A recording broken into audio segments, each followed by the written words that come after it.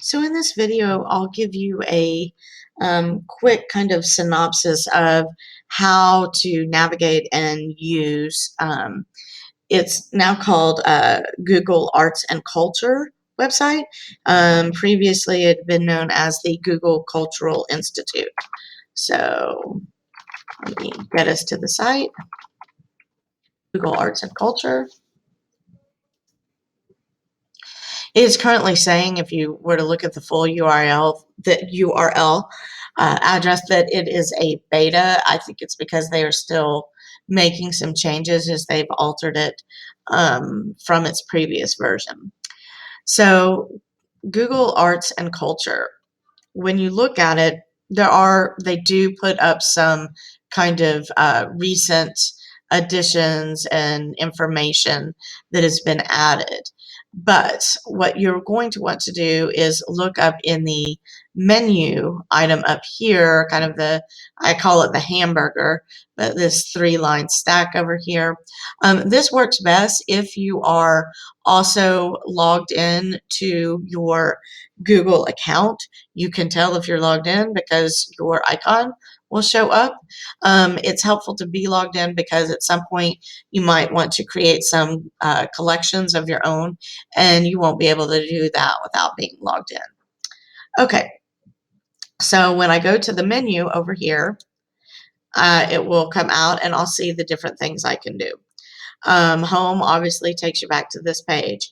Some of the things I want to show you is if you clicked on selected partners, it would show you all the different museums, heritage sites, and organizations that have uploaded and provided their documents to Google to house in this website.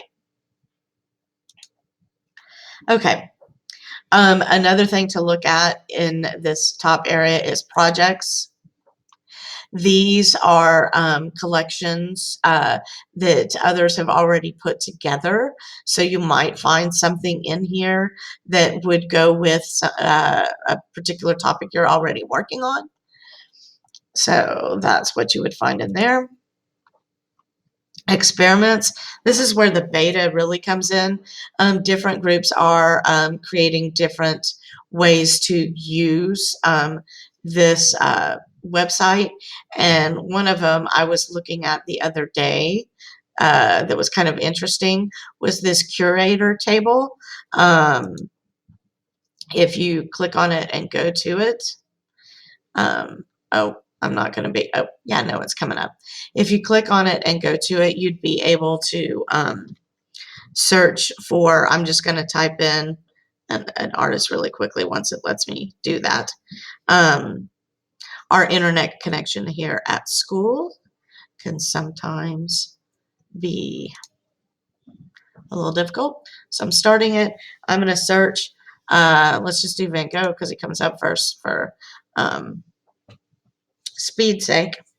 Now I am going to, I can do things like I can click on something to get more focus. If I did that, it would focus in on it. Then I can do different things with it, but mobile share, that kind of thing. I'm going to go back to the grid, I hope. Okay, I'm not. I'm going to go to a timeline. Okay, so when I go to timeline, you can see it rearranging right here. It's putting it in the order of when Van Gogh painted them. I can organize it by color schemes. So it's kind of an interesting thing. I don't know. It's fun to play around with, but perhaps if you are in an art class or an art history class, this might be something useful to you. Okay. Otherwise, it's just fun to play with. Okay, some of the things that I have used and I will be showing you in later videos, ways I've used them in classes, is using artists and looking at artwork and creating collections. Also, mediums obviously would be oil painting, sculpture, whatever it might be. Art movements, that obviously would be throughout history, types of art, thematically, time period. Okay, the other things that you will see, besides artwork that is housed on here, there will be documents and information about historical events. Now, when you click on a historical events, you can see they're already divided up in different collections. So they're in there in collections. You can go through and look, and you can also create your own collections from things you find. I'll be showing you how to create your own collection in another video. Okay, and along with historical events, you could focus on certain figures. And I don't know if you've noticed this here. Once you're in that area, it gives you it alphabetically, and you can look at it in certain time periods. So perhaps if I wanted to look more in the early 1900s, that kind of thing. Okay, so that's kind of how this moves around on here. There's another thing called places. It used to be called World Wonders, where when you went to them, you actually, when you clicked on them, you would be able to take virtual trips there. They've set this up different. I think this is now set up so it can really be used even in more depth with Google Cardboard or other VR devices. But one of the things it will let you do, I'm actually going to search, and I'm probably going to spell this wrong. So I'm really sorry. I know that's not how you spell Versailles. There it is. Yeah, that's what I meant. Okay, but you can see it did come up with information about it. What I have liked with that is then you can go and do the views where you can actually walk around and get the street views. I will show you more of using that and doing that later. But that's what Places is about. You actually get to visit those locations and see the areas there. Okay.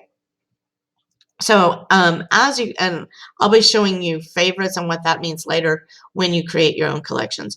But as you can see, it's pretty user friendly and how to get around over here. And then that's kind of how everything works. I will be showing you all of these in further detail in other videos. Thank you.